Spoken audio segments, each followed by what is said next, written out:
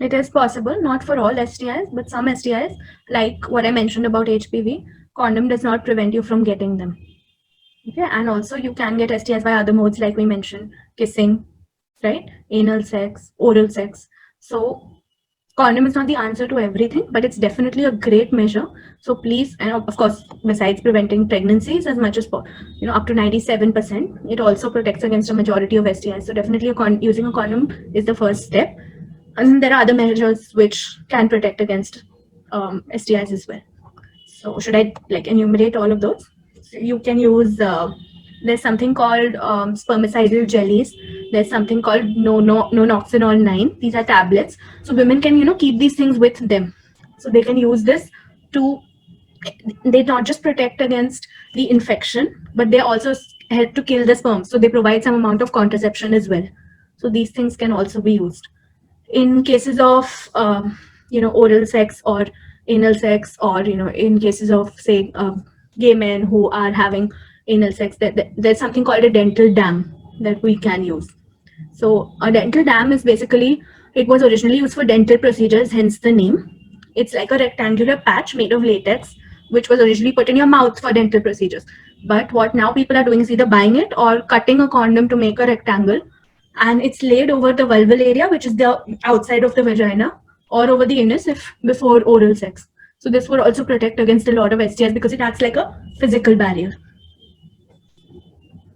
Dental dam you can make out of a condom, so you can just cut the top, cut the bottom, and then make a cut longitudinally, so it kind of opens into a rectangle, so that you can make your own.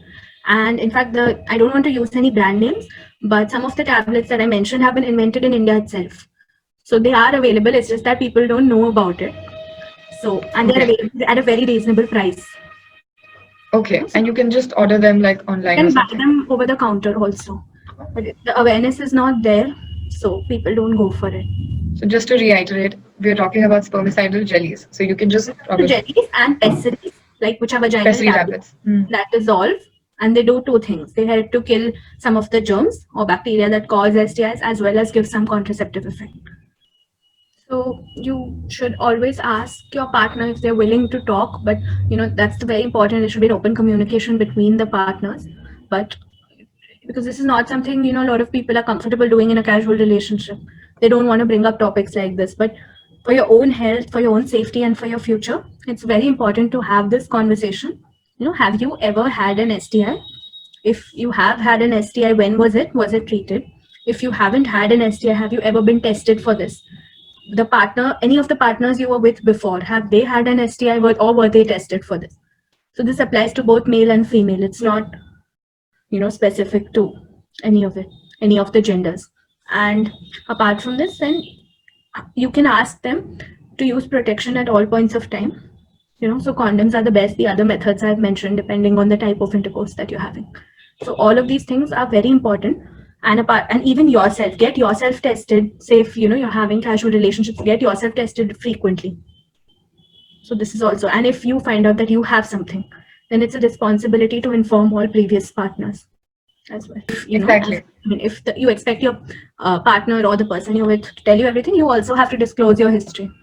And if you're not comfortable doing it, then you can also visit a doctor and have this conversation in that aspect. Also, one more thing which I believe is really important is this should also be a conversation you have before marriage. Premarital counseling should also include this, because STIs can have long-term effects for both partners. It may not cause you any problem when you have it, and years later you find out you have some issue which was related to an undiagnosed or untreated STI. So better safe than sorry always. Definitely, like I said, get a pap smear, because when you go in for a pap smear, it's not just that. The doctor will also examine you and will be able to tell if there's anything else going on. Any abnormal discharge, any rash, any boil, any lesion can all be tested. So these things are there. Some STIs, which I mentioned, like chlamydia, gonorrhea, these may be asymptomatic in a lot of women, but they can lead to infertility. They can initially lead to a condition which we call pelvic inflammatory disease, or PID, which means in very simple terms, everything inside gets stuck up. So your tubes, your ovaries, your uterus may all be stuck up. The fallopian tubes, which you need to be open to have a baby, need them to be patent, they may get blocked. Okay, there may be an infection inside which you don't know is happening. it can lead to infertility later on. So it's really important. Then, in case infertility is not an issue and you conceive, these things may also lead to early on abortions, labor, preterm labor, and worst case scenario, if you have it in the first 3 months of pregnancy, they may even affect the baby. So it's very important that pregnant women, if they have a history, to tell their gynec, or otherwise, get examined once. If they're on medication, there are certain titers that we do. So we do a CD4 count, we do a T cell count, and we check all their routine tests as well. So if it is within control, sometimes it doesn't cause any effect to the child. But if HIV is untreated, what happens is the immunity goes down in general. So all the women who have HIV are at a higher risk of catching all of the other STIs that I mentioned as well, along with other infections of other systems, and those can affect the child. So directly or indirectly, it may have effects on a pregnancy. So it's very important to get checked. And anyway, as most doctors in all over the world definitely do test for HIV, hepatitis B, hepatitis C, and syphilis, just either before or as soon as a woman gets pregnant.